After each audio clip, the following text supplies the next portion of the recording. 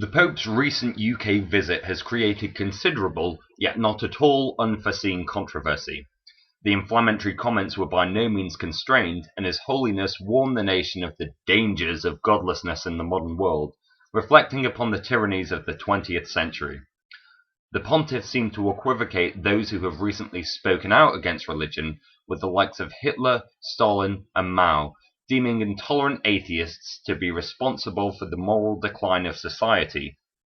The first and most obvious point to make in this mischaracterization is that Hitler was not himself an atheist. This is evidenced not just by his background, but also by the Nazi and SS uniforms, and even Hitler's reference to his Catholic influence in Mein Kampf. Even forgoing this criticism, it's demonstrably false to claim Hitler, Stalin, or Mao committed their atrocities in the name of atheism. Their actions were definitely influenced by their adherence to warped political ideologies, which themselves were almost pseudo-religious in practice. But their apparent lack of belief in supernatural beings for which there is no evidence is not what led to the massive genocides of the past century. Frankly, I'm disappointed that the Pope had no other response to the recent criticisms of the Catholic Church than the infantile tactic of Hitler bashing. This intellectual diversion tactic is the equivalent of pointing elsewhere and running away, and is worthy of the same merit. Despite these obvious flaws in the speech given by Pope Benedict, I think there is a very important issue at stake here, and one that needs to be discussed in great detail.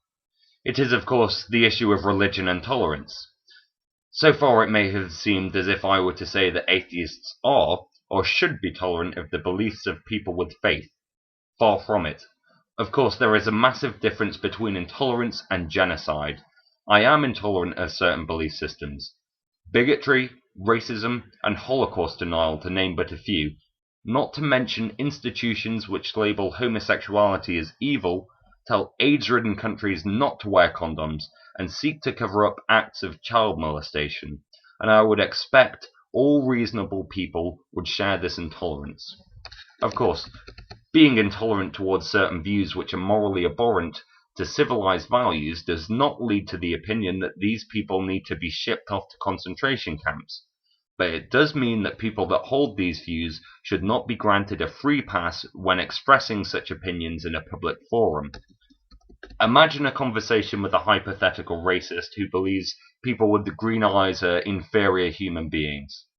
You might ask such a person, "How on earth could you say such a thing? What evidence do you have to support your claim?"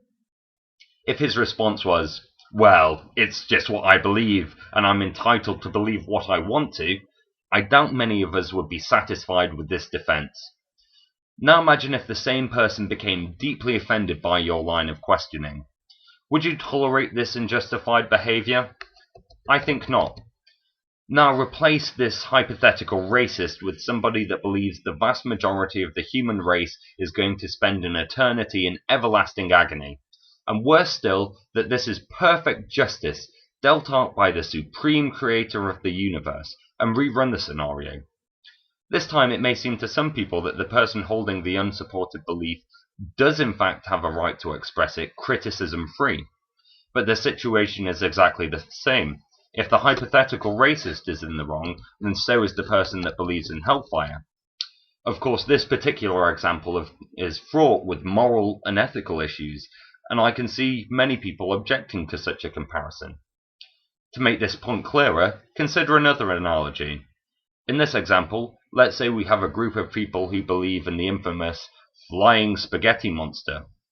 This group of fanatics share the view that the world was created by a mythical, pasta-based entity who designed life as we know it, and while there's no evidence to support such claims, the Pastafarians are so convinced of these views that they wish their sacred texts to form the basis of our modern democracy, their beliefs to be taught to our children, and their alleged unimpeachable nature of their teachings to be protected and even endorsed by the state.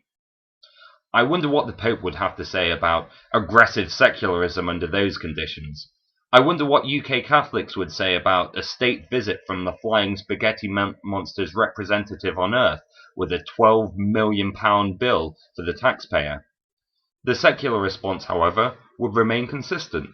People can believe what they want to about the flying spaghetti monster, but when it interferes with public policy, public spending, and public legislation, do not expect the secularists to remain silent. The Pope's attack on secularism and atheism here in the UK is no indication of his apparent divine grace or alleged infallibility, but instead an indication of a very human desperation to hold on to an ideology which is becoming increasingly incompatible with the values of a modern world.